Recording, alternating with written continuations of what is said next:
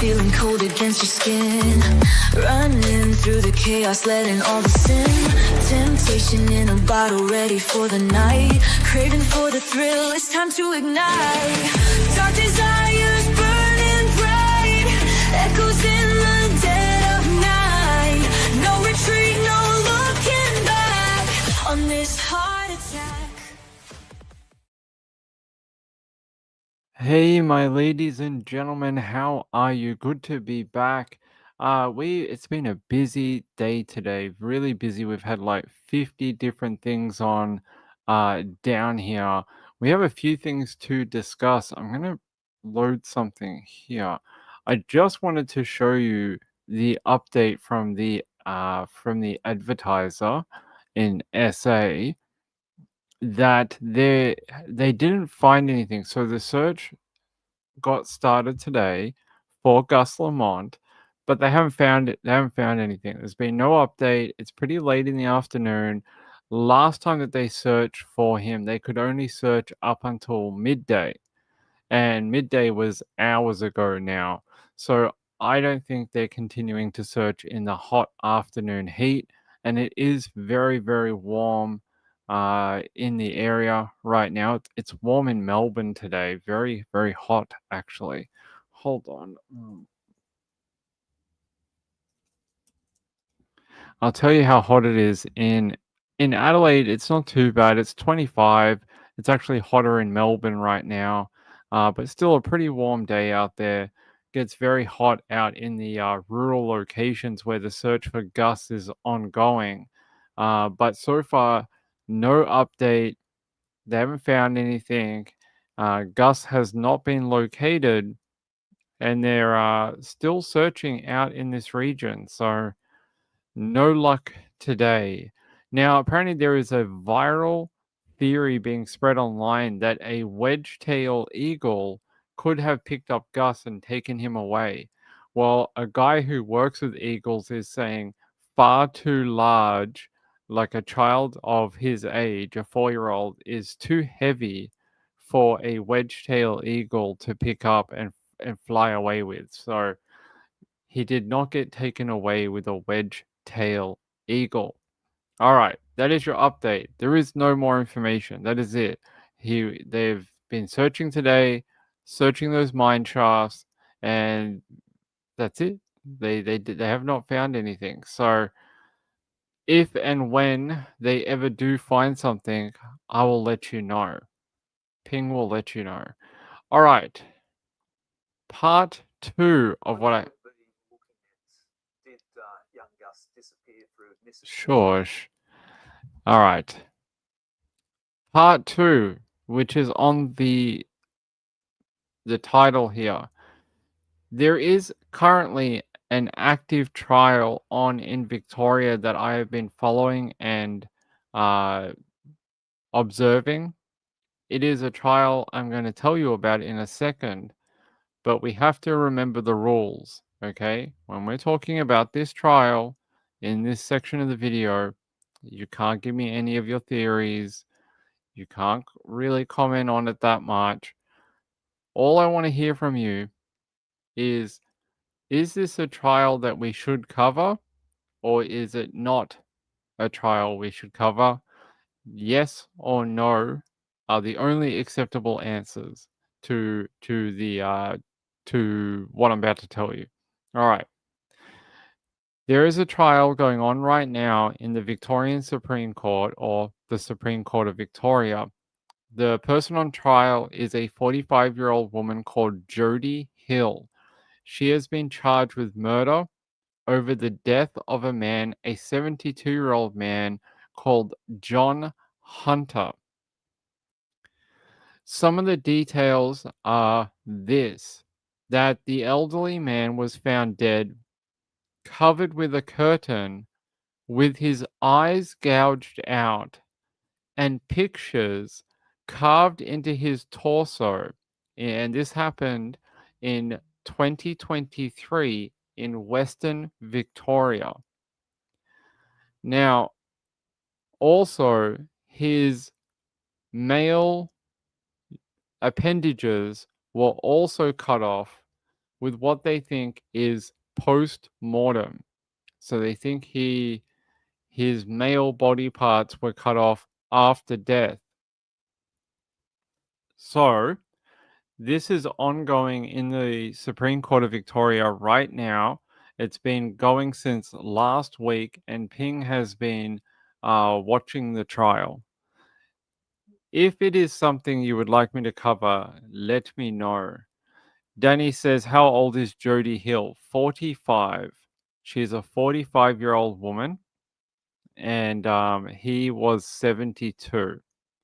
They are from an area called Dimboola. So it is out west of Victoria. I'll try and show you where Dimboola is if I can get my maps up. It is another rural type thing for us. Let me show you. All right. So this area, that's Melbourne. You can see Dimboola, or I don't know how to pronounce this one. Nihil or Ninhil. Nihil. I'm probably pronouncing it wrong. But out here, this is where the location is of where the murder occurred. And as you can see, it's almost in South Australia. It's actually sort of closer to the border of South Australia than it is to Melbourne, but it is part of the state of Victoria. So yes, there you go. Yeah, let me switch back to this one now. So I want to know whether it is something we should invest the time into, because it means I have to basically watch the court all day, take my own notes, the same as what we did for Aaron Patterson, and it would work the same way. It would mean that I would have to do a separate show for it. You would get your details every day, and this one's not expected to go as long. They're saying something like 3 or 4 weeks, maybe. So maybe a month. And then we have a jury deliberation as well. Yeah. So this is one that's currently ongoing in the Supreme Court. And I can tell you a little bit more. Jody is accused of gouging out the elderly man's eyes with a pair of secateurs.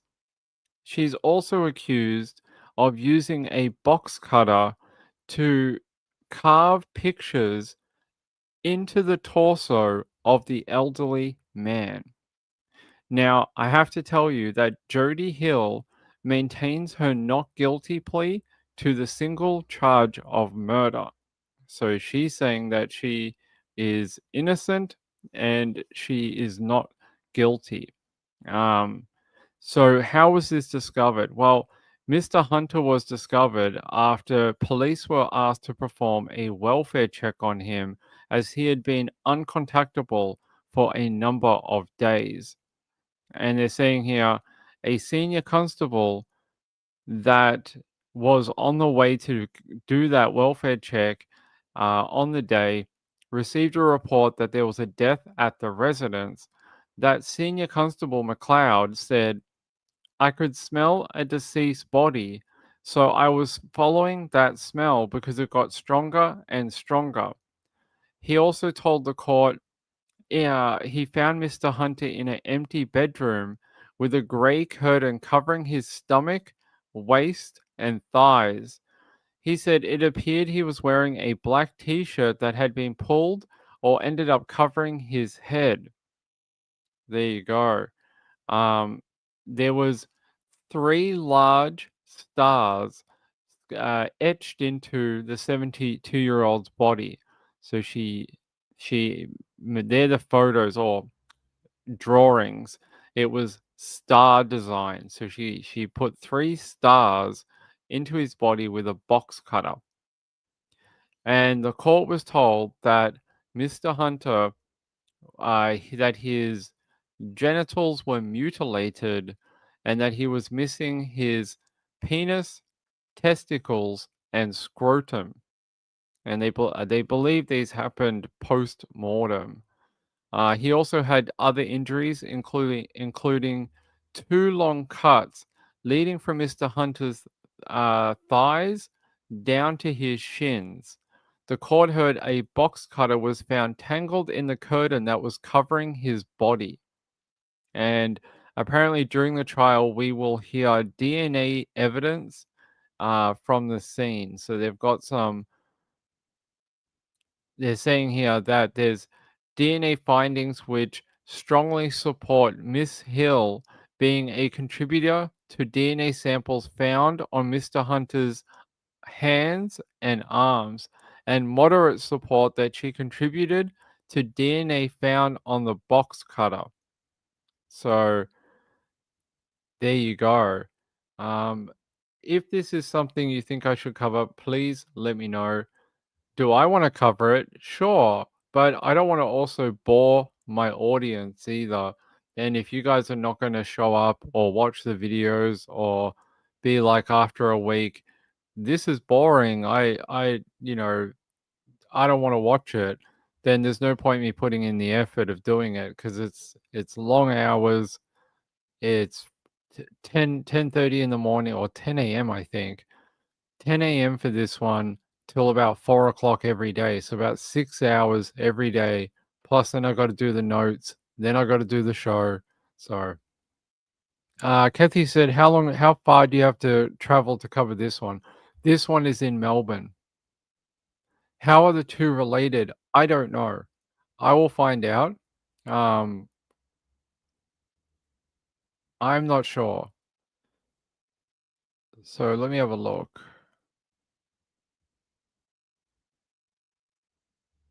I don't know right now. I will figure that out. I just I sort of came onto this today. I sort of got my access today, and I've got all my notes and stuff, and I watched some of it today in the court. But I've got some catching up to do because it started last week, so we've missed a few days last week that we sort of have to catch up on. Lindy said yes, please. Okay.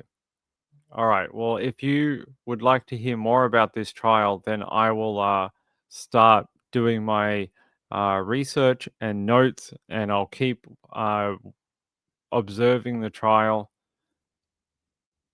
Yeah, I mean, I want to cover it, but yeah, let me see. I don't know. I'm not sure. Maybe we'll find out during the trial. Yeah, so she's 45, he's 72. Um, Rachel said we are here for it.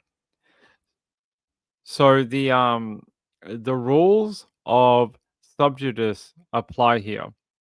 They apply right now while we're talking about it, and it means that like we we can't sort of, it's the same rules that we had with Aaron. Same thing. So if you remember when we did Aaron Patterson's trial, it would be the same type of rulings for it.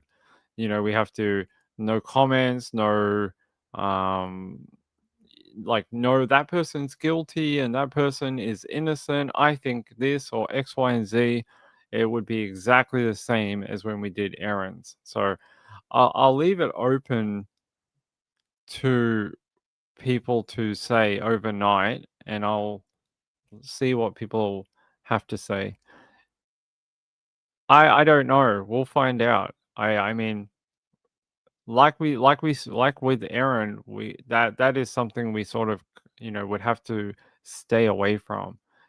Trying to assign guilt or assign innocence because it's not up to us. It's up to the jury. And in Australia, subjudice is like it's like overarching across the whole trial. So if we were to do that, we would have to go back to the way we did it with Aaron. So it's like I can give you the information, but you guys can't comment on it. You guys can't be like, "Oh, that's the worst thing I've ever heard," and "Oh, gruesome," or something like. You guys have to basically just hear the information. You can say hi to all the people in the chat. You can hang out and talk to each other, but you can't comment on what I'm telling you. So we would have to go back to the way of doing it like that. So that's all I'm gonna talk about it today.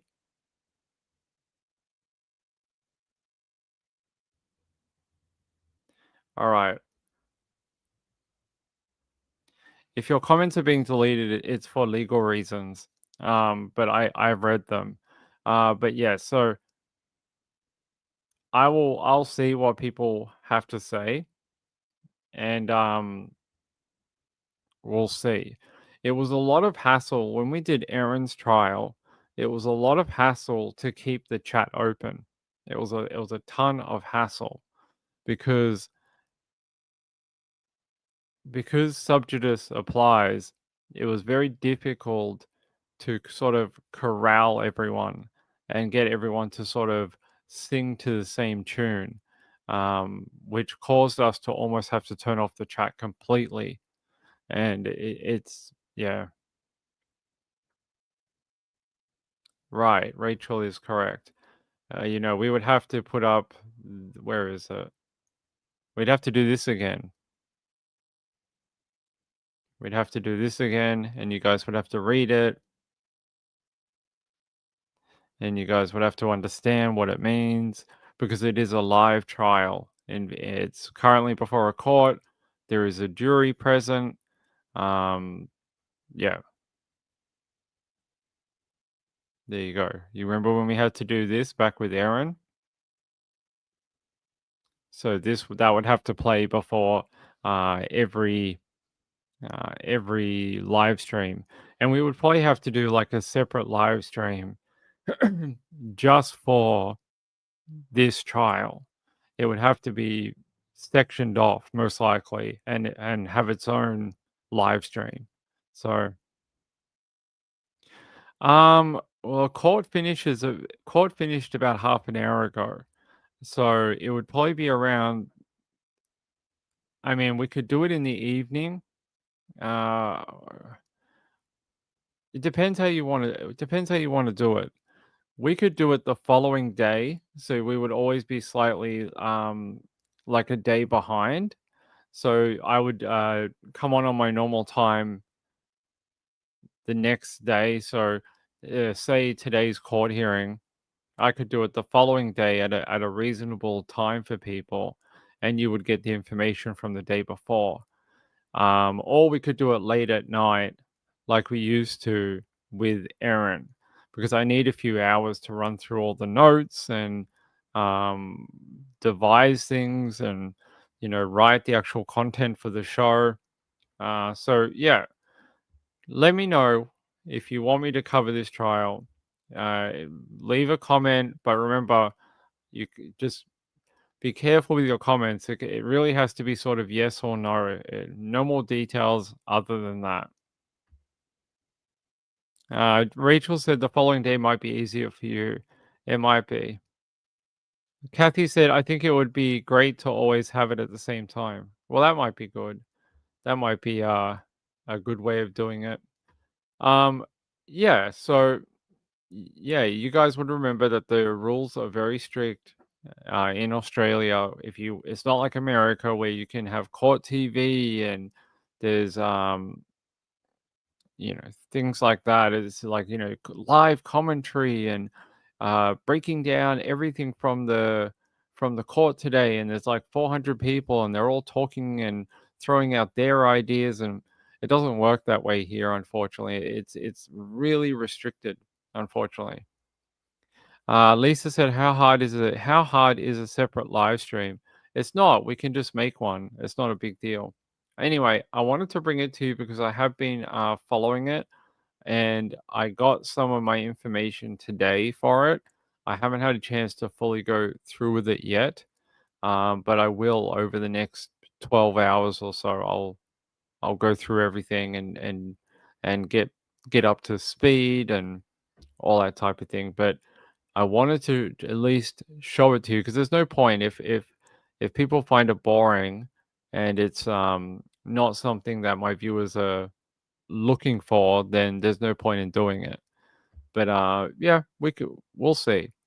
We'll see. I know a lot of people don't like not being able to comment.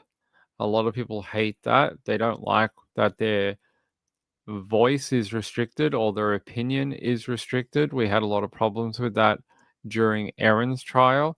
So that can sometimes be an abrasive factor. So yeah, right. I don't think any legal proceedings are boring. I think they are the fabric of our sort of society, and it's how we deal with problems when people do something against our laws. So I think there are something to look at anyway.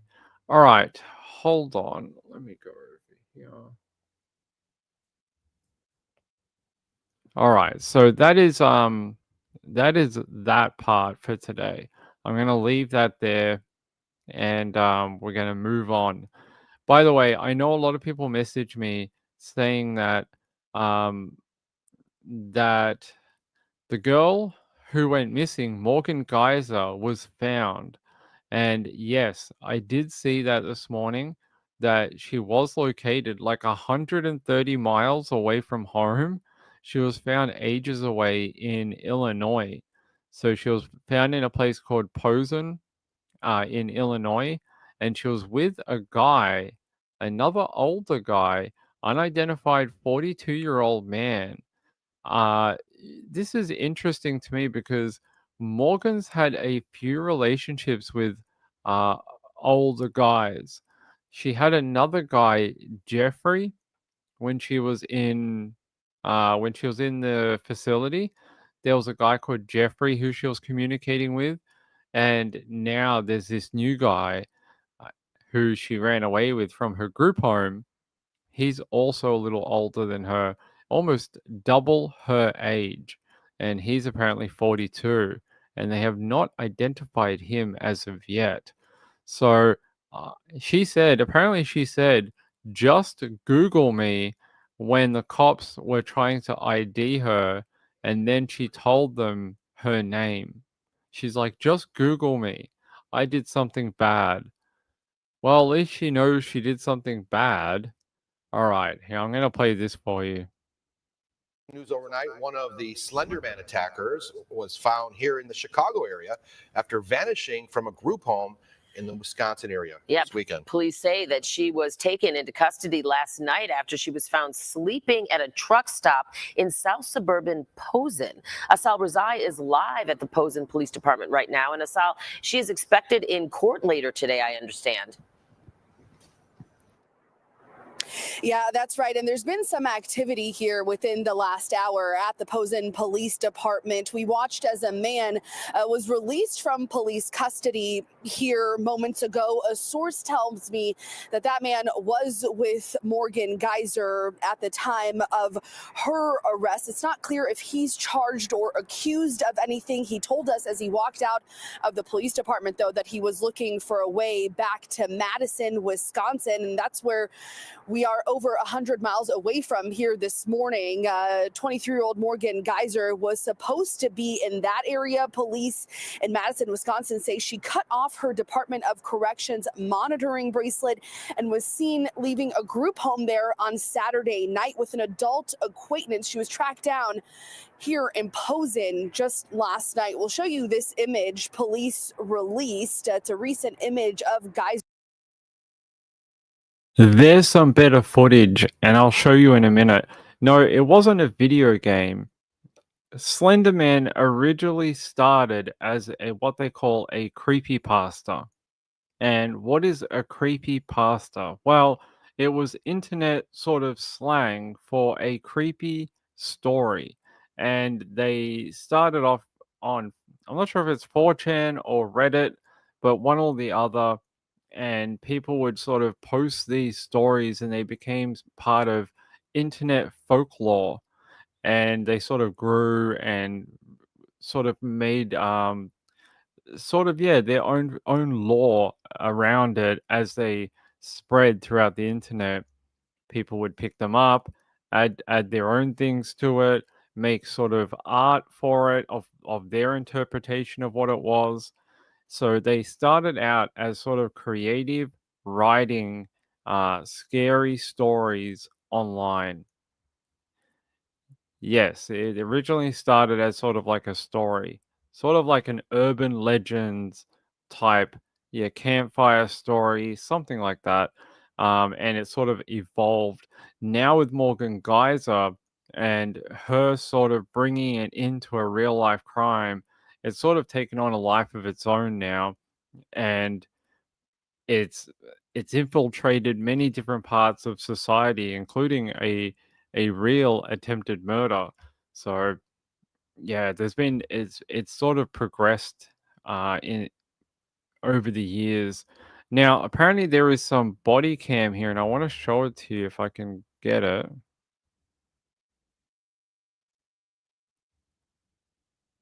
Where is it? It has some better new footage of her. All right, here we go. You guys. After nearly 24 hours on the run, Slenderman stabbing assailant Morgan Geyser's escape coming to an end. It was a call from an employee about two people sleeping in the cold outside that brought officers to this truck stop around 9 Sunday night. I just want to make sure you guys are kept on places you want to go. Initially, they were reluctant to give any type of identification, and then they gave them two names, but the names that they gave them came back with nothing, no information. Police Chief William Alexander says that reluctance raised red flags. Give me your name and date of birth. You're not wanted for murder, right?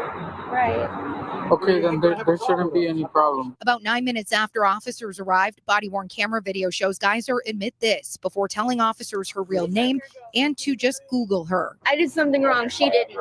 She doesn't know what I did. Geyser was taken into custody along with her friend, 43-year-old Charlie, a trans woman whose government name is Chad Mecca. Charlie, who is charged with criminal trespassing and obstructing identification, spoke exclusively with WGN's Sean Lewis, saying Geyser shared the plan Saturday to get away from Wisconsin. What was the plan? Did you have a plan? Did she have a plan? We didn't have a real plan. Just get as far away as we could. Just vanish. A police report shows Geyser told officers the pair met at church. She claims she was treated unfairly at her group home and upset she was no longer allowed to see her friend, who on several occasions snuck in the home by climbing through a window. Geyser told police she cut off her bracelet with scissors and planned to potentially head to Nashville, Tennessee. I'm very proud of what, the clerk at the... Might be heading in the wrong direction if you're trying to head to Tennessee. Illinois is not really on the way to where she wants to go. It sounds like the group home was trying to do what was best for her, and that was keep that, I don't know if you're supposed to refer to them as a man or a woman, the transgendered person, because they're much older, they seem like a bad influence. The fact that that person is creeping into the home of what is supposed to be a somewhat secure facility, that is not okay.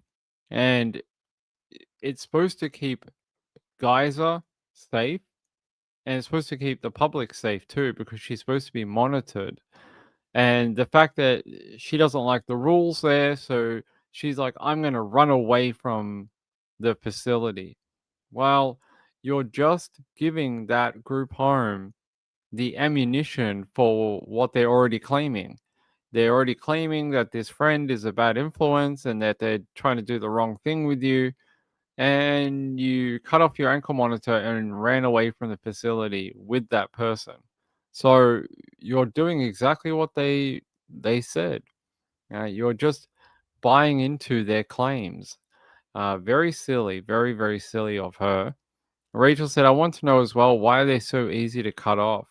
I would have thought they were really difficult to cut off, but apparently not.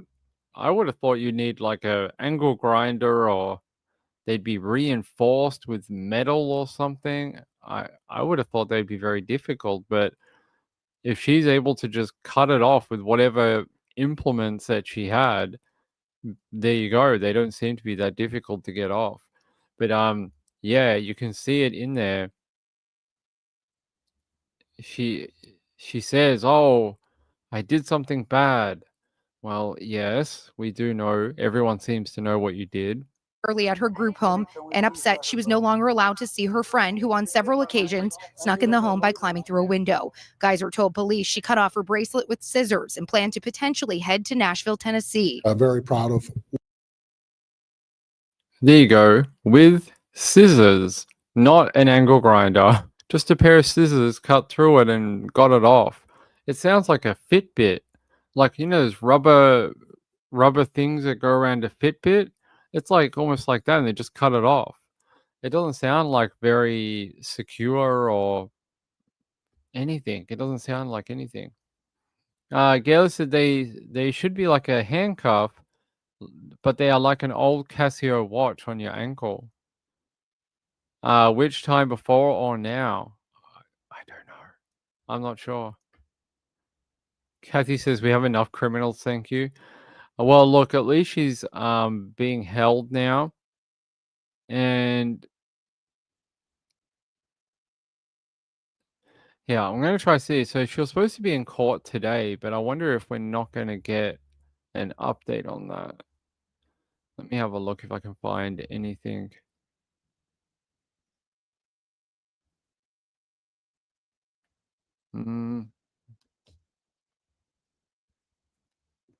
I didn't see anything about her actually being in court.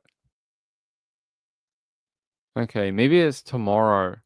They're just saying that Slender Man stabbing defendant in custody after escape attempt went unnoticed. So the company who does the monitoring, they reportedly the Department of Corrections reportedly contacted the group home 2 hours after Geyser's ankle monitor malfunctioned.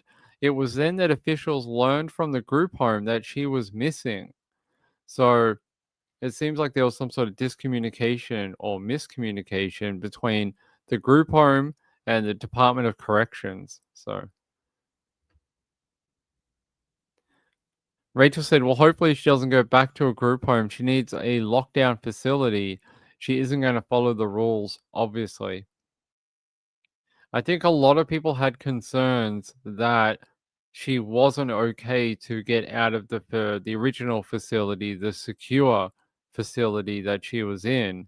I think a lot of people thought it was far too early to allow her out. Like, she'd only been in there about 10 years, maybe less than that. And a lot of people thought it was far too early to allow her back into the public. And I sort of agree. Let me see if I can bring you to another video that we can learn a bit more. Geyser allegedly cut off her ankle monitoring device and left a group home in Wisconsin. She made it all the way to Posen, where police arrested her. She spent the night in the Posen police lockup. She was the subject of a nationwide search for about a day, but Posen police take 23-year-old Morgan Geyser in handcuffs to the Cook County Jail this morning. They found her about 9 o'clock last night, sleeping on the sidewalk outside a gas station less than a mile from the police station. Police releasing this body camera video of the encounter. They say she initially gave them a false identification before eventually telling them her real name. She gave the officers her correct name and told them that they could simply Google her name and find out who she is. Apparently that's what they did, right? That's exactly what they did, and they found out who she was, and that's when she was taken into custody. Geyser was 12 years old when she and an accomplice lured a classmate into the woods and stabbed her repeatedly, all in an effort to appease a fictional internet character known as Slender Man. The victim survived, and Geyser was eventually found not guilty by reason of mental disease of attempted murder, sentenced to a mental health institution.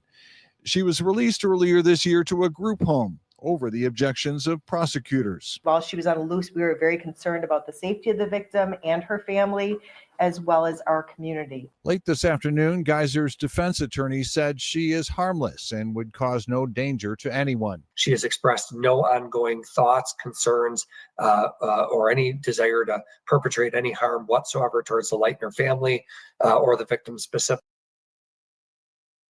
Well, that's good that she's not willing to hurt anyone. That's the minimum here. That's the minimum. Group home was in Wisconsin, so she was only across the state lines into Illinois. We'll just call you Judge B. Okay.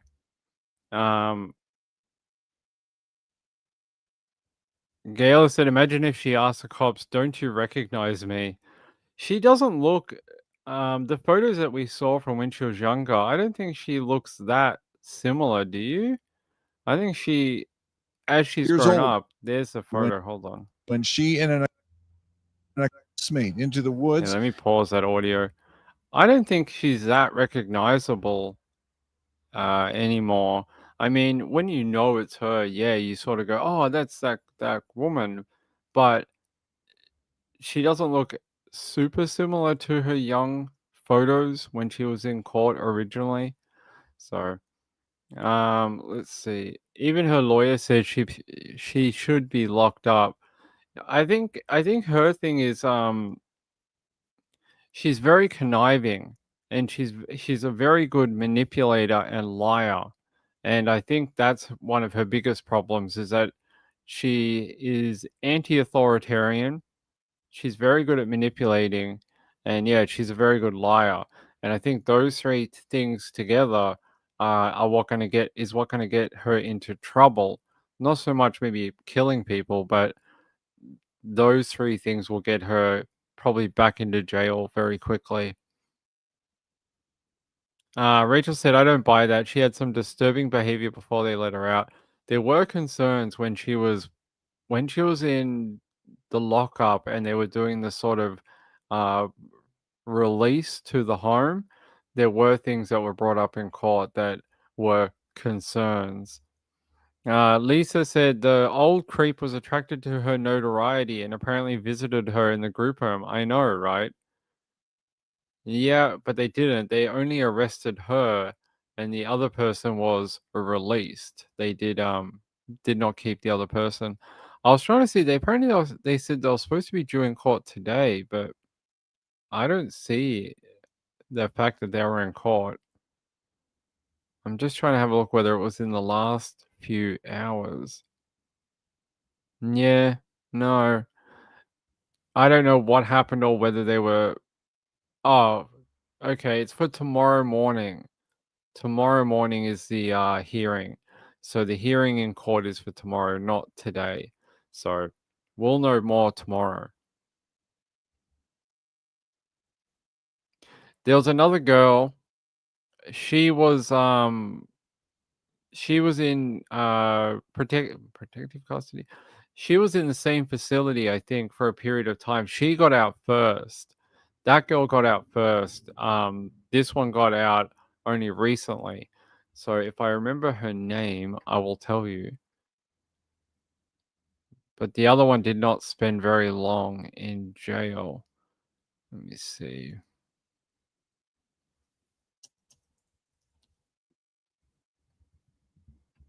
So the other one is Anissa. And she got out pretty quick. I'm just trying to find out how long she spent in.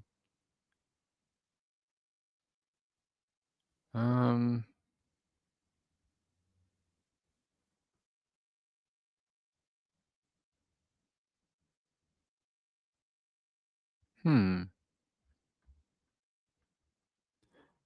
In the Wikipedia, it's telling me.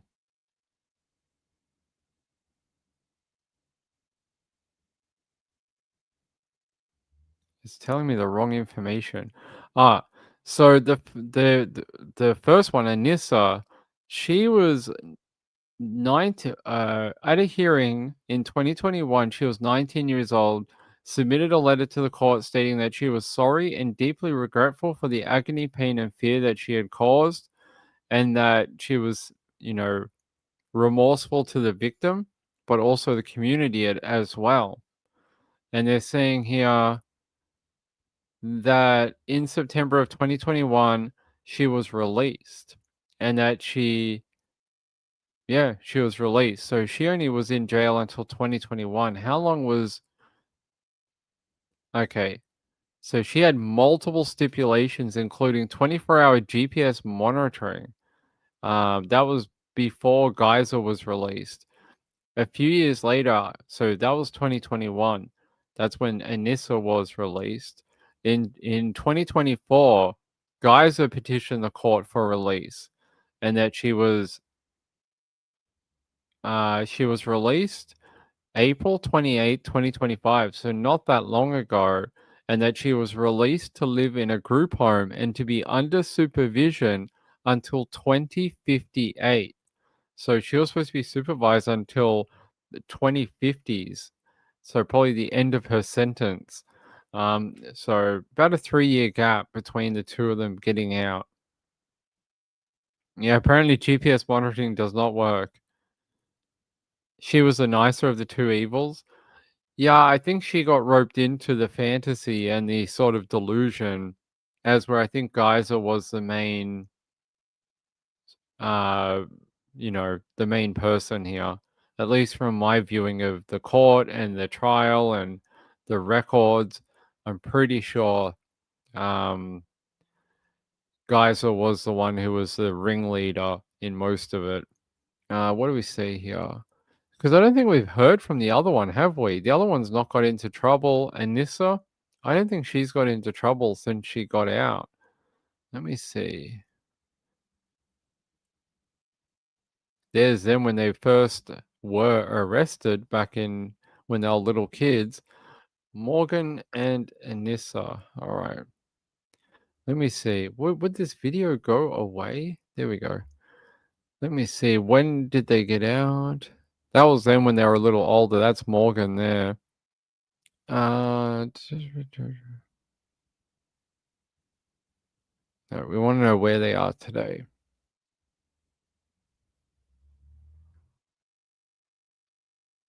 I don't know. It doesn't tell us. Good work, article. Oh, here we go. They're saying Anissa was released from the Winnebago Mental Health Institute in Wisconsin on September 13, 2021. She spent more than 4 years in inpatient psychiatric treatment. She must reside with her father and isn't permitted to access the internet outside of his home. The Department of Corrections monitors her internet use and activity, and she is subject to 24/7 GPS tracking and is mandated to continue psychiatric treatment. And then the other one, Geyser, petitioned the court to get an early release from the Winnebago Mental Health Institute after 2 court-appointed psychologists recommended she remain in inpatient psychiatric care. So she was denied originally.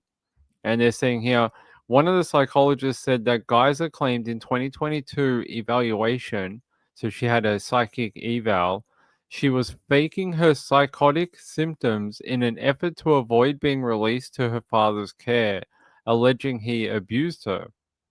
There you go. In January 2025, the Associated Press reported that a judge ordered her release after expert testimony claimed she had made noticeable progress while at Winnebago Mental Health Institute and was no longer considered a safety risk. Upon her release, the judge ordered Wisconsin Department of Health Services to house Geyser in a group home as a condition of her release. On November 22nd, 2025, she removed her monitoring bracelet and left the group home, and she was missing for just over 24 hours and was arrested 200 miles away from the group home. So there you go. Yeah, I think it sounds like she is still with her father. She not heard a peep out of her at all. Kim said apparently not enough progress. I think it was very, very, it felt very rushed. Like that these two were not kept in inpatient for that long. What was it? How long were they kept in there for? Like 4 or 5 years? It doesn't seem long enough for what they did. It seems very half-hearted. Like they're like, yeah, they're fine. Let them out. How bad could they be? They've been in psychiatric care for 4 years. I'm sure they're fine. I always was concerned when they got out when they were still so young. I always thought it was possibly a mistake. Possibly something else would go wrong later on. And I don't know, nothing really. She did run away, but she didn't hurt anyone. Someone's going to be like, yeah, she didn't hurt anyone this time. It's a good point. Let me see what else I can find for you. Definitely there'll be a court thing in the morning. So there will definitely be court in the morning for her. Let's see. No. Here we go.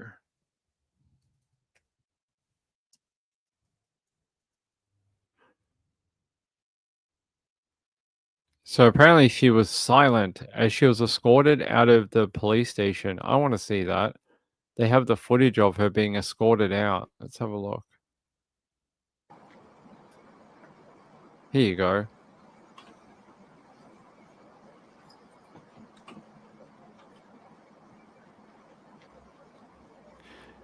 She's still got the weird hair. And I don't mean, that's actually probably the wrong way to say it, but she's still got the it's like she shaves her hair. There you go. You can see it there. It's almost like she has like a weird undercut that starts from the front or something. I saw it in another photo of her when she was in court, and it always struck me as a little odd. I'm going to see if I can find it for you.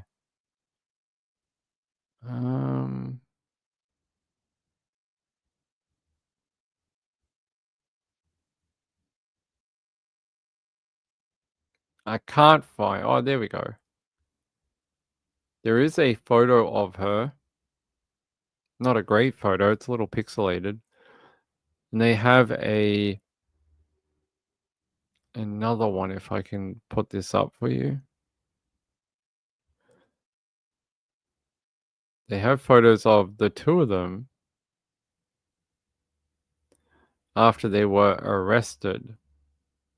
I'm going to see if I can get a better quality of that. They look a little like disheveled, right? Disheveled is the word I'm going to use because that is what they look like. Let's see. Yeah. All right. I'm going to leave that one. Yeah. Disheveled. That's the word Ping's going to use. I don't know. I don't know if she pulls it out. It's the stupid clip she wears. Okay. Yeah. So I'll have more information on this in the morning when she finally gets to a courtroom, and we'll see when she's going to be, if they will ship her back to the group home, or they may think that she shouldn't go back. Maybe she'll have to go back for some portion of inpatient care. That's a possibility too. If they think she's not ready to go back to the outside again. Let me see. I've got an update in another one for you. If I can find it. All right.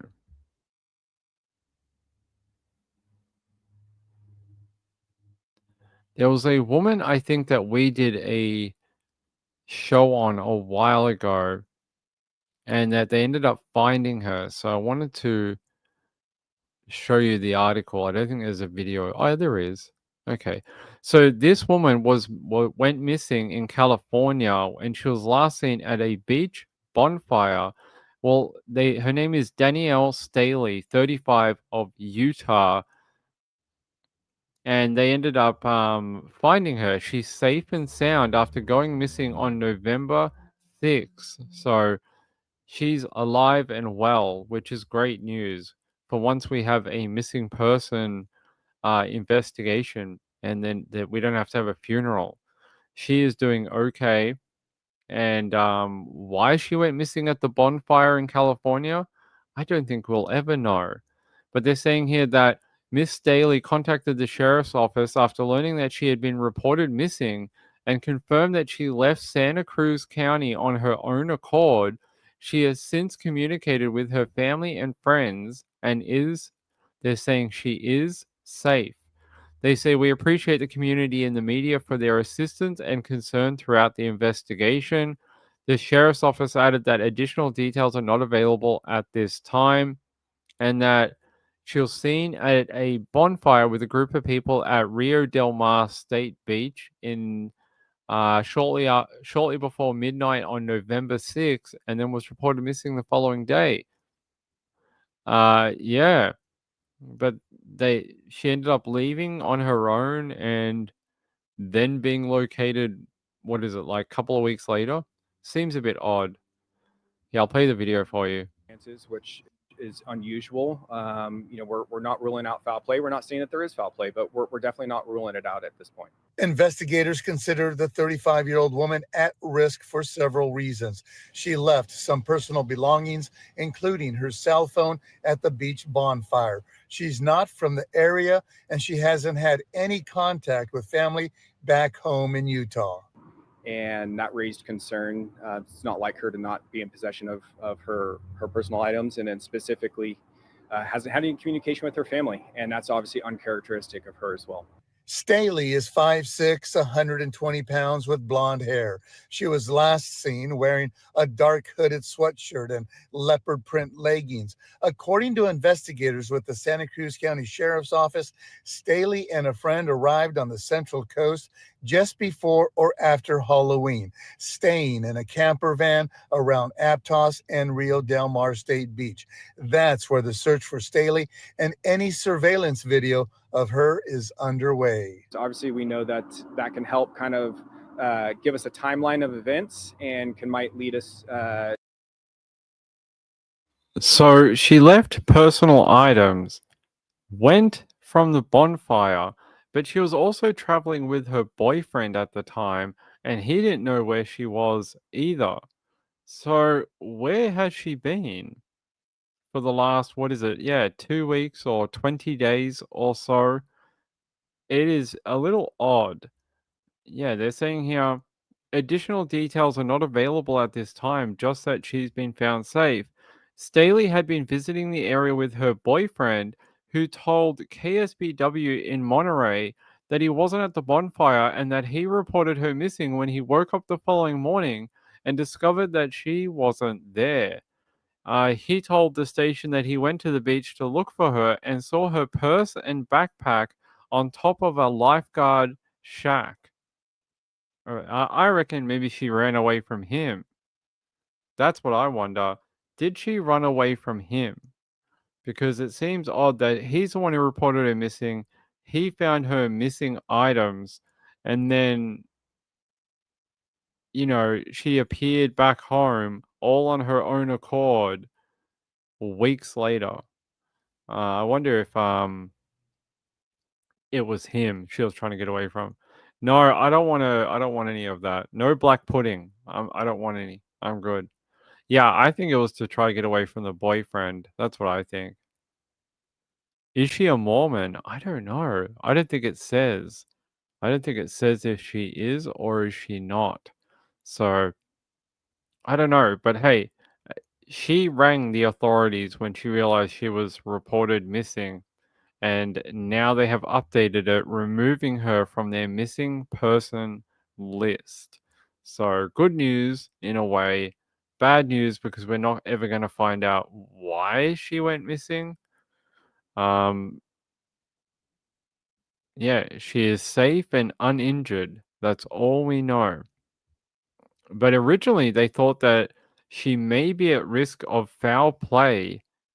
That's what they said originally. They thought she may have been hurt or injured, and it just turned up she just teleported back to her home area. So a little strange. Let me see here. I think we've got another one.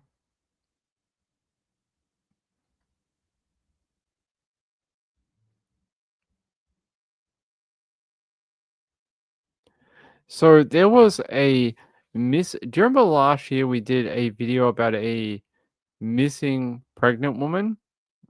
I don't think they ever found her, but it popped back up in my news cycle today, and I wanted to show it to you if I can bring this up.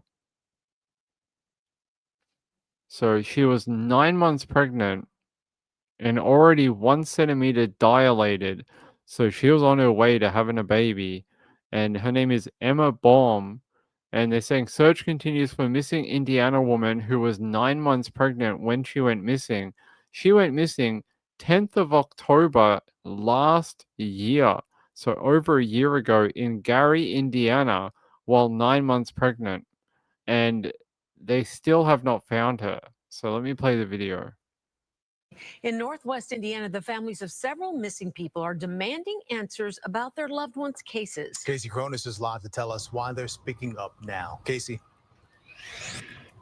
Hi, Terrence and Sylvia. Those families are speaking out about cases that date as far back as 2015 and as recently as last fall. They say they have resorted to looking for help from independent organizations because they haven't gotten the answers they feel they deserve from the police. Case Files Chicago, an independent organization that works to prevent violence and bring closure to families, says all of the missing persons cases discussed today are tied to Gary, Indiana. Lisa Wright was last seen in 2021 after meeting up with someone in Hammond. Her mother says she was never heard from again. This past October, 25-year-old Emma Baum, who was 9 months pregnant at the time, vanished. The Gary Police Department says they investigated multiple tips and conducted several interviews to no avail. It's pretty creepy that this one town in Indiana has multiple missing people, including a woman who was 9 months pregnant.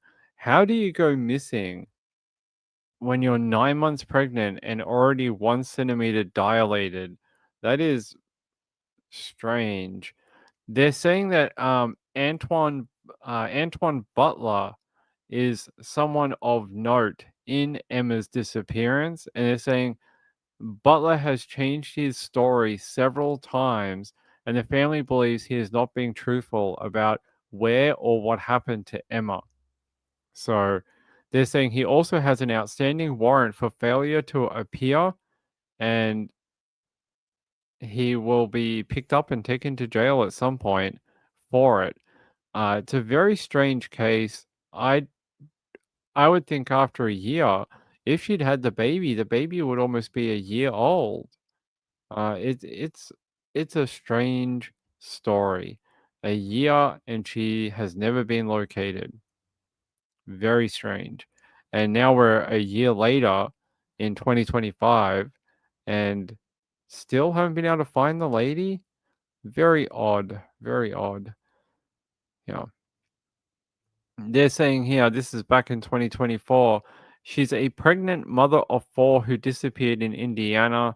And they're saying she was heavily pregnant at the time, likely due in just days, and that her family was still looking for her. It's like that one that we covered last year where there was a girl who went missing, and she went missing with her ex-partner in the car, and then they ended up finding the car with bullet holes in it. Do you guys remember that one? It reminds me of that one. Let's see here.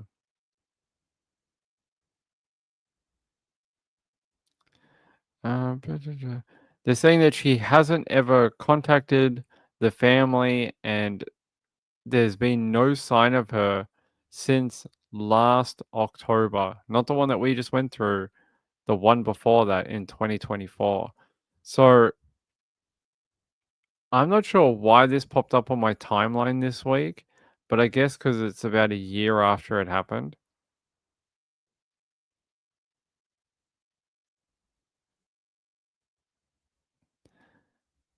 Apparently there was a woman. There was a woman in the UK with the same name. Check this out. Emma Baum murder, life sentence for crowbar killer. But this happened in 2016. So it is not the same woman, but it's often strange in true crime where you have someone who goes missing or is part of a crime, and you go to another country and there's a person around the same age with the same name, and they've been killed or something like that. It's happened a few times when we've looked up cases. I didn't even know there was a UK one with a woman with the same name, but she was killed with a crowbar. What a awful, awful story. This is the person responsible here. They're saying here that this woman died, that when this guy arrived at their home armed with a crowbar, and that he basically beat her to death with it. Oh, I hope that's not what happened to the pregnant lady in America. I'm just trying to see if I can find anything else for you about her. It seems like there's been no update recently.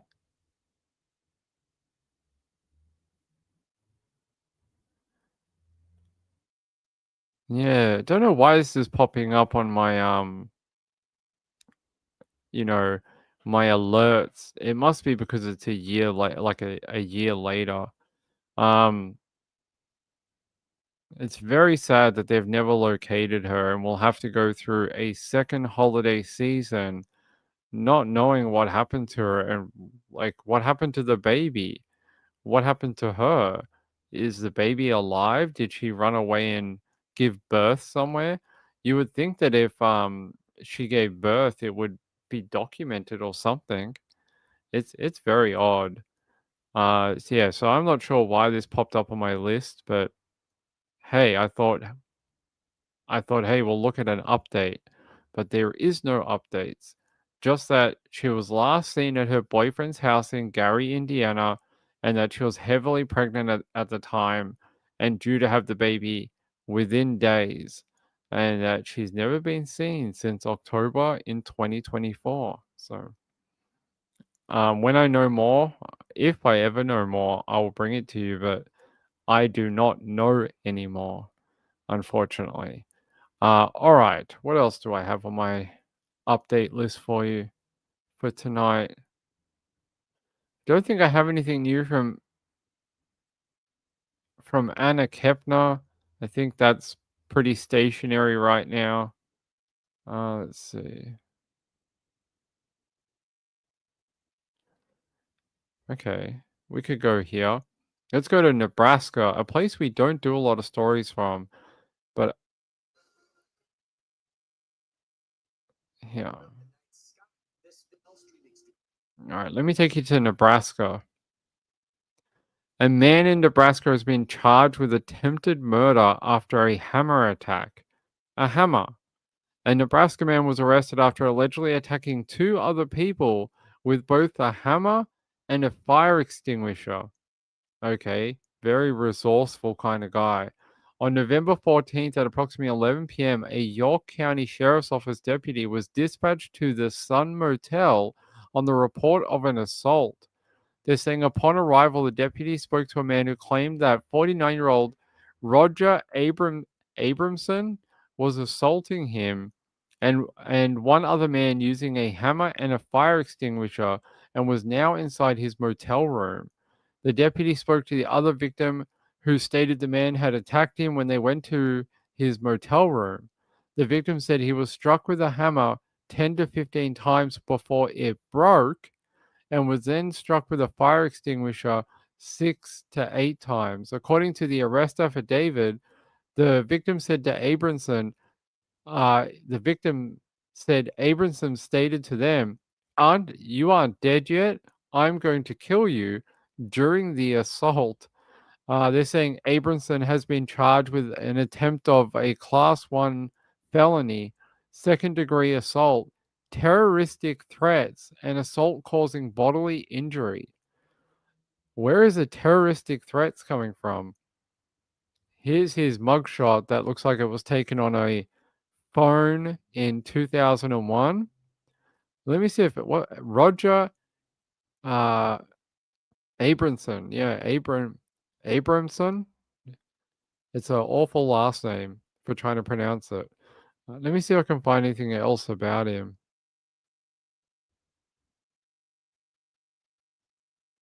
Police have arrested a man on suspicion of first-degree murder following an incident late last night. Officers were called down. Nope, that's not him.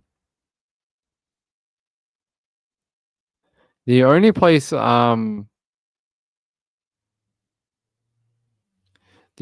reporting on it seems to be in Nebraska, which makes sense, but yeah, I can't find anything else about him. Yeah, I can't find too much more about him, unfortunately, but yeah, he got arrested for terroristic threats, and I don't know how you get done with that, but apparently he got done with that. But that's all I have on that. I was hoping to have a better video for you. I do not. So you're gonna have to learn about Mr. Abramson and how he attacks someone with a hammer another time, unfortunately. All right, let me see. Why would you get a fire extinguisher and beat someone with it after you had a hammer and it broke on the person? How much were you beating someone with a hammer that the hammer broke? I don't know how much force you have to put through a hammer to make someone to make it break, but it sounds like you would have to be really laying into them to make them to make it break like that. I think you would be I don't know. I just think it sounds like almost impossible, really. All right, let me see what else I've got.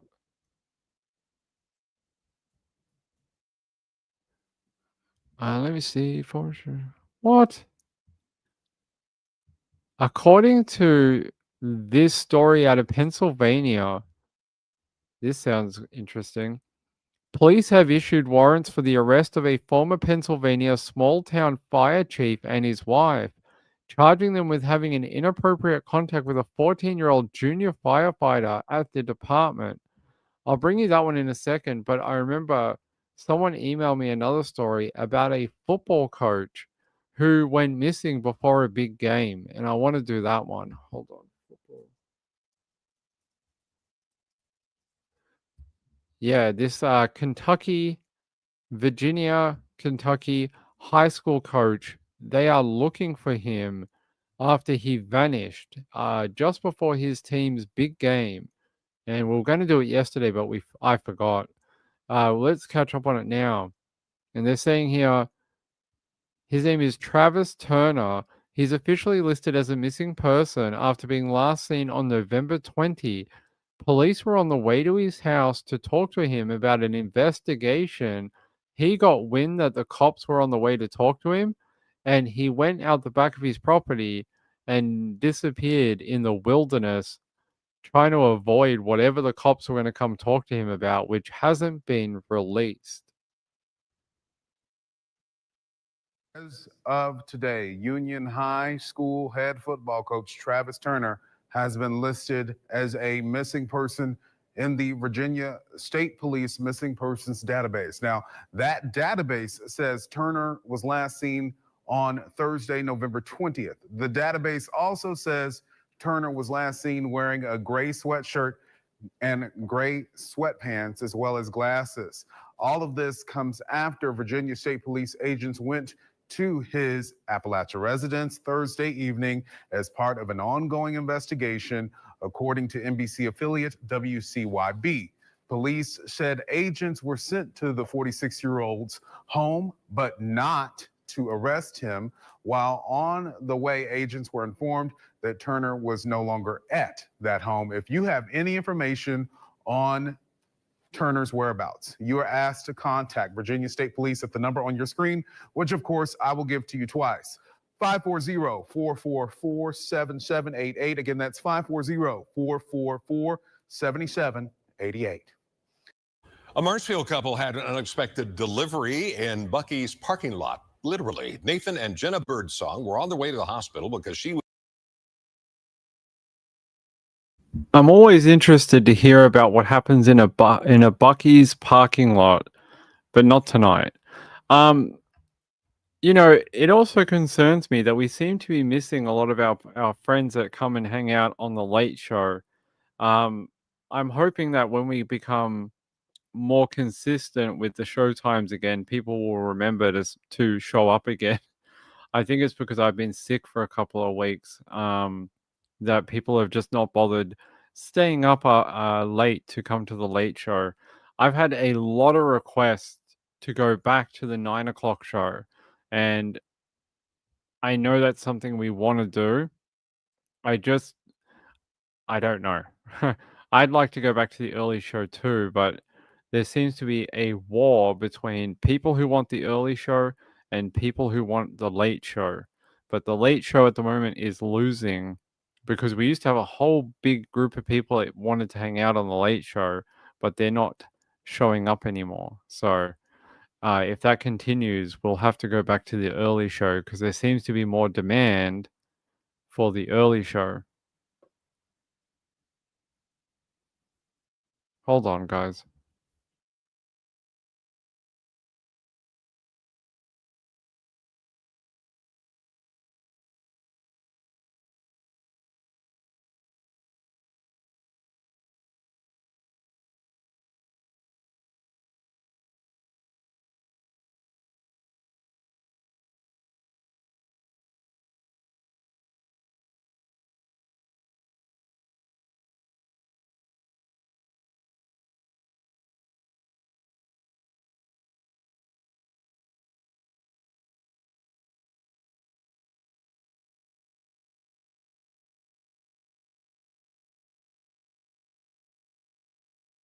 All right, Mrs. Ping's here. I know for Thanksgiving we got some fun things that we're gonna do, and we're going to definitely gonna try that pumpkin pie. We also have some toaster strudels and some Funyuns. I hear from friends that these are idyllic Thanksgiving foods, so we're gonna try those. A baby gorilla was born in Knoxville. Are they going to have like a competition to name him? Thanks, Rachel. I appreciate it. Oh, you're cooking? What are you cooking at midnight for Thanksgiving? Is that what you're doing? Kathy says, I hate Funyuns. Why? What did they do to you? You have to tell me, what did they do to you? Yeah. So we're going to try some Thanksgiving food. Don't tell Trish. All right, I won't tell Trish. Uh-huh. All right. Someone just sent me an email. Okay. They stink? Ah. Lindy says hi to Mrs. Ping. You might need to speak louder than that. Hello. There you go. She said hello. Texas says, what are the hour difference? 3 hours. What is the hour difference? Like between the late show and the early show? I don't know. So normally we would do the early show. So right now it's like 5:43 in the evening for Australian time. I think we would do it at something like 11 a.m. No, not 11 a.m. Midday. So midday would be 5 hours and 40 minutes before now. So almost 6 hours before now. So whatever time that is for you guys. So almost 6 hours before right now. Funyuns are good junk food. I also like the hot ones. They do smell like sweaty armpits. Before Trish and after Trish. Is that like before Christ and after Christ? Is that same thing? Kelly says boiling chicken breast for my cat. Ah. Is that 8 p.m.? Yeah, it would be 8 p.m. then. So that would probably be the time. 12 my time, which is 5.5, almost 6 hours before now. All right.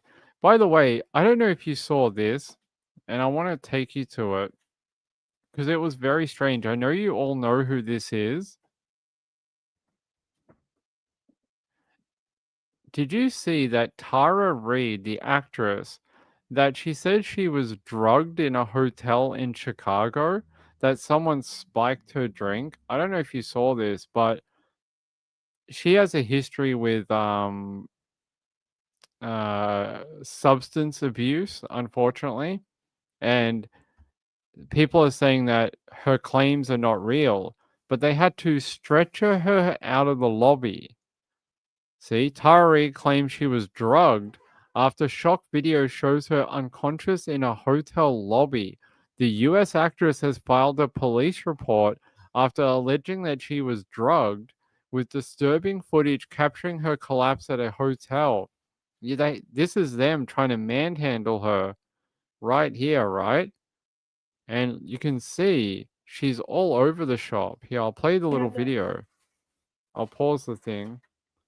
There. I'll play it. They try to get her into this wheelchair. It's like she's all over the place. Like she's almost paralytic. And she like doesn't know what she's doing. And like she's won't sit down. They're trying to get her out of there. They're trying to get her into the wheelchair. And she's either drugged or she's had drugs. I don't know which one. But then they get her into this wheelchair and she's like flailing all over the place, doing all sorts of weird body and hand movements. It's all a little strange. Like she looks out of it. Like she looks absolutely out of it.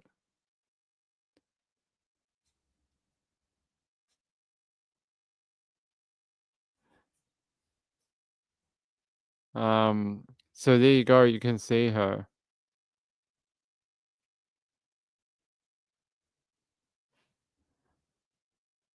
Yeah, I don't know.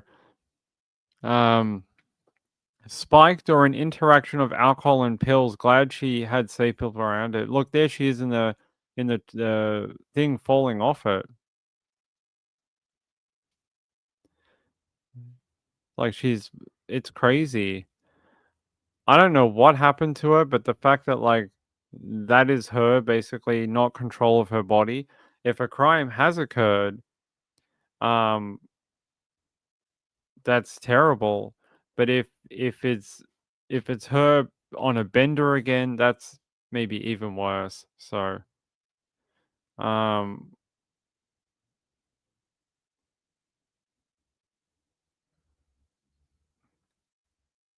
let's see. Kelly said, I would assume they have cameras in the hotel bar where she claims it happened. I mean, wouldn't that be the first thing they would look at, was the security footage? And if there was someone, because she said she had to leave to have a cigarette or something. And when she came back, there was a napkin placed on top of her glass. And she removed the napkin and drank the drink. And then she ended up like this. But the question is, why would you drink a drink that looked like it had been modified from when you left it? Why would you drink a drink that had a napkin put on top of it? Wouldn't you? I think she's got enough money where she could buy another drink. I find that a bit odd. Kelly said she claimed she left a drink to go smoke and came back and had, yeah, that's what I just said. So I don't know what happened to her, but it's very, very concerning. Very concerning. All right, let me see.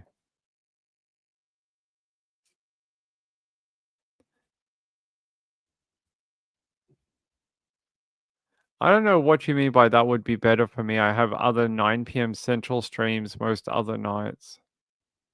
I don't think we do a show at 9 p.m. Central. Is that 9 p.m. Central? I'm getting confused with time zones. Oh, okay. Well, I'm glad I'm high on your list of recommendations. All right. I don't know what to add to you about Tara Reid, but I think it's sad. Either way, if this is something she did on her own, it's very sad. If this is someone committing a crime, then we've got bigger problems, don't we? We've got to find someone who's apparently drugging celebrities at bars. All right, I think we have one other update about Celeste Rivas, but I'm trying to find it. Here.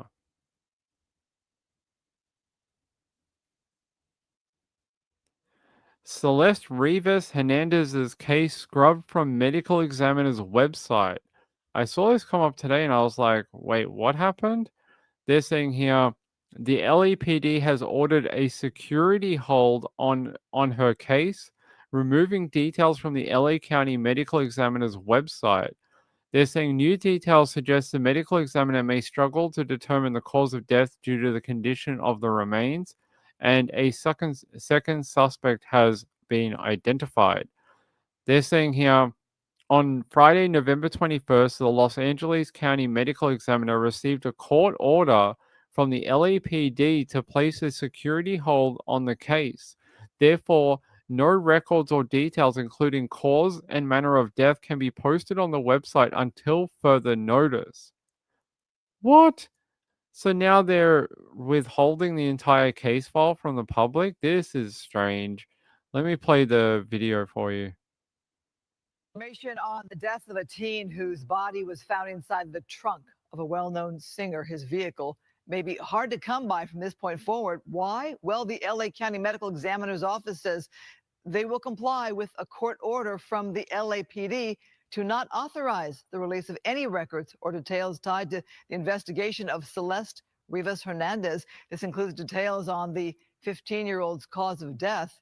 The chief medical examiner states in part the practice of security holds is virtually unheard of in other counties and has not been proven to improve outcomes in the legal system. We are dedicated to serving our community with full transparency. However, the law precludes us from doing so while the court order remains in this case.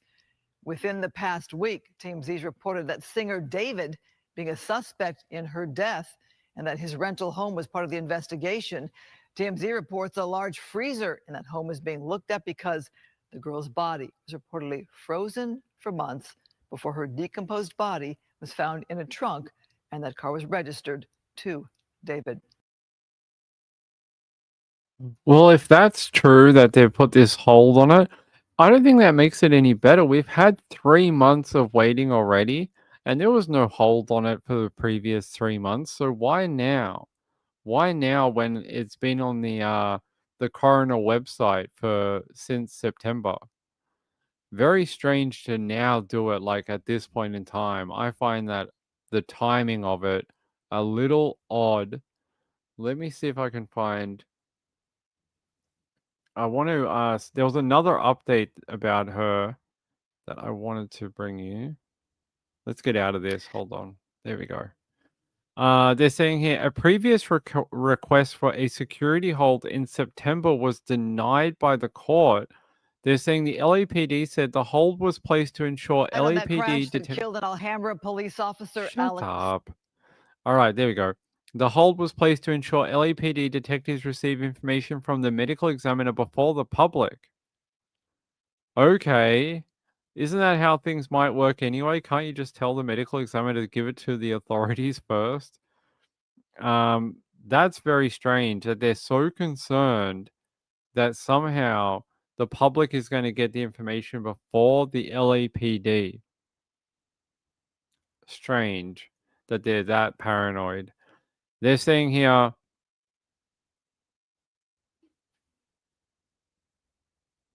who's this?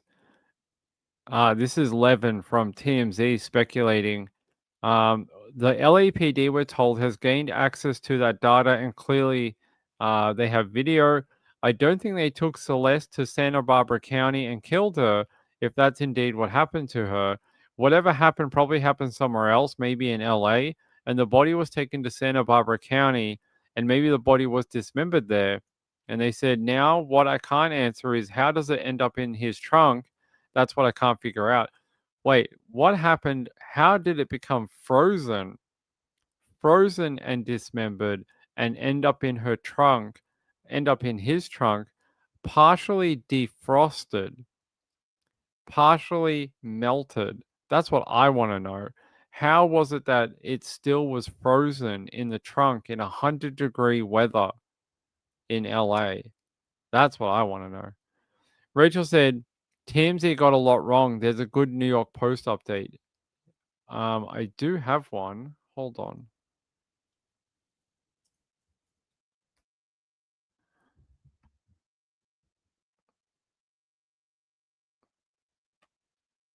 Yeah.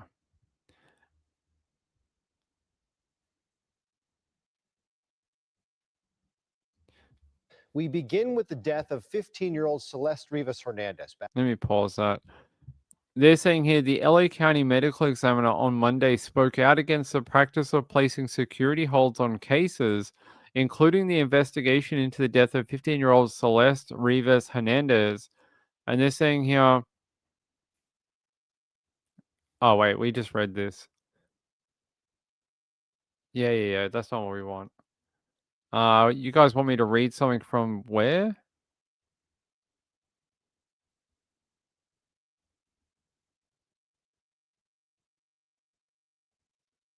I'm trying to. All right.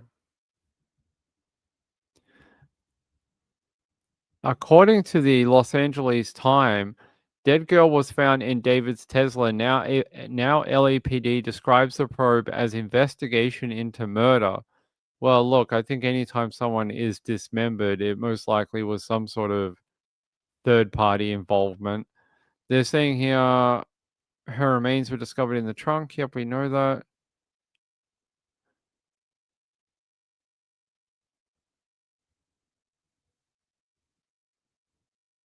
I'm trying to see what point Rachel's trying to get me to look at. I don't see what is so different, but Lindy said, I don't think it was partially frozen in the trunk. I think the wording was confusing. I think they meant it had been partially frozen in the past. Interesting. Well, either way, it's strange that you would partially freeze her and then pull her out of the freezer and put her in the car. It's a bit strange. All right, I'm trying to see what else we have. All right, let's go to here. I'm going to take you to KTLA. There was an update only 27 minutes ago about this court seal. 14-year-old Celeste Rivas Hernandez, whose body was found in the trunk of a Tesla belonging to singer David, is now being described as a murder investigation, according to the Los Angeles Times. The LAPD obtained a court order blocking the release of the medical examiner's records in the case, records that could determine her cause of death. In those documents, the Times reports that a detective characterizes the probe as an investigation into murder for the first time. Sandra Mitchell live in Hollywood with more on the bombshell developments. Sandy. Micah and Cher, all along, the LAPD has said they would not classify this as a homicide, at least until they had the results of the coroner's report. Well, it now appears that they do know the cause of death. They're keeping it a secret, and for the first time are referring to this as an investigation into murder.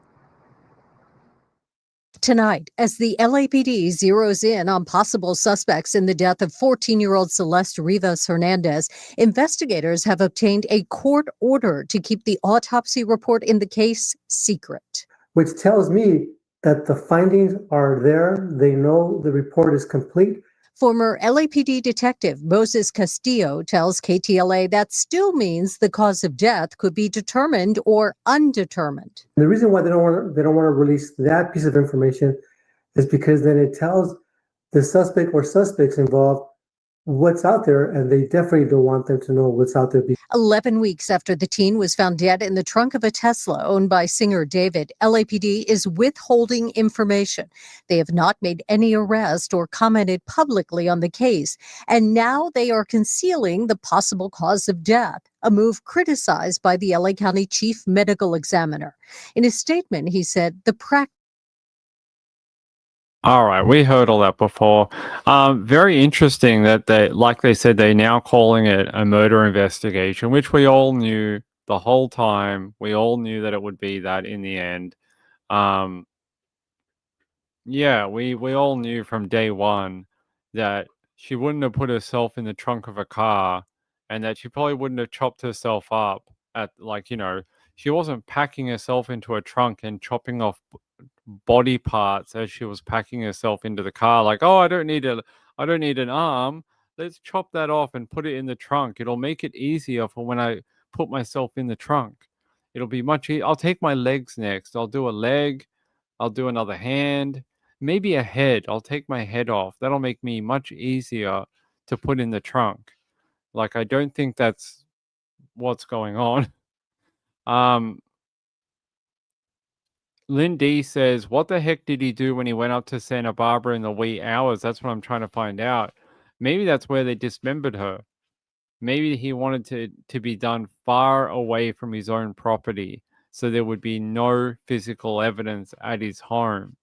I mean, that's the last thing you want to do, right? You don't want to have a body cut up in your home, because then you got blood evidence everywhere.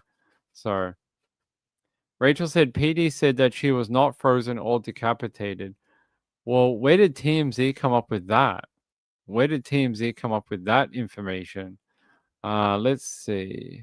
I'll try and find the update where it changes that. No, here. Found it.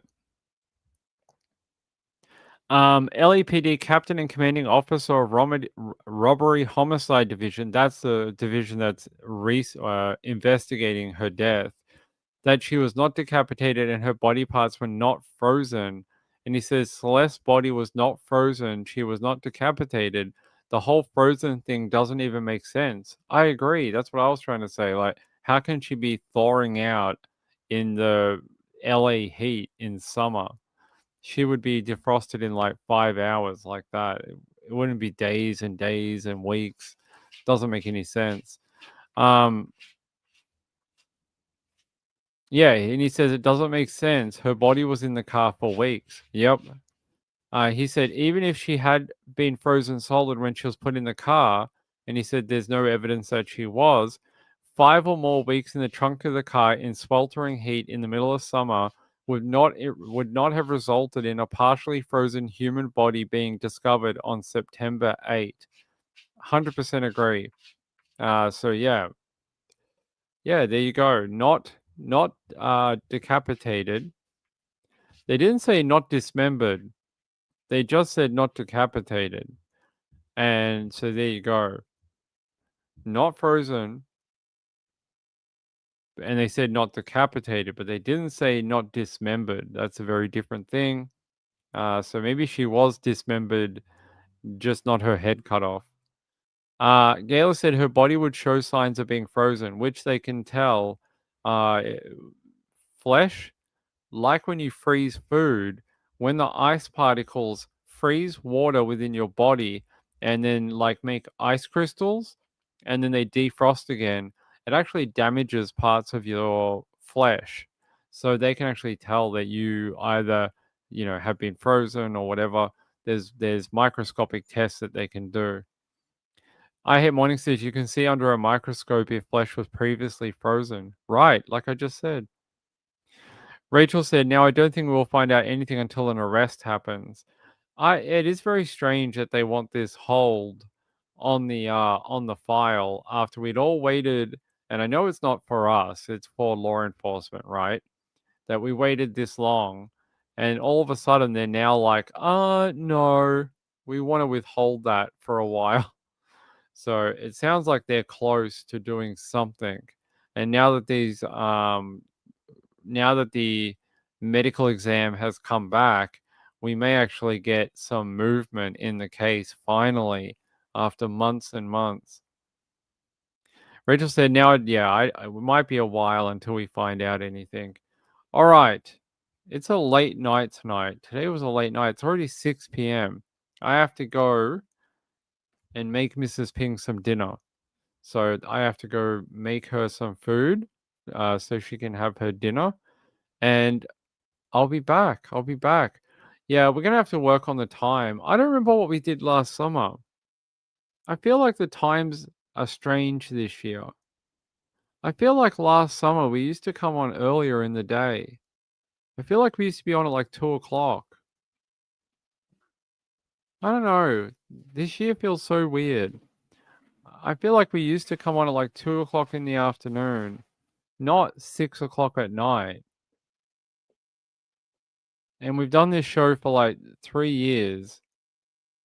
I feel very confused. We'll look into the show times because this is too late at night. Summer early, winter late. Okay. Maybe we're on too late. All right, I'll be back tomorrow. I'll try be on early tomorrow. I keep saying that and I keep not doing it, but I'll try tomorrow. Hey, thanks to Vicky K for the donation, by the way, and thanks to Sean. I appreciate it. We again had a really the memberships have been going like this. 1 month it's like normal, and the next month it's like 60% gone. It's bizarre. I don't think it's anything you guys are doing. I think it's something to do with YouTube. But like last month was fine. This month, now it's gone like lost 50% of people. It's bizarre. Yeah. I hate morning says I never get notifications, so I have to keep looking for the show. I will book the show tonight so that it'll be there for like 12 hours. So you guys will get it early. So you guys should get a reminder notification. All right. All right. Have a good night, everyone. Get some sleep. It's late. What are you still doing up watching this show? All right. I'll see you tomorrow. Hopefully early. By the way, the Niners won. That's great. They look like crap, though. But they did win. They did win. All right. Love you all. Good night, everyone. Bye.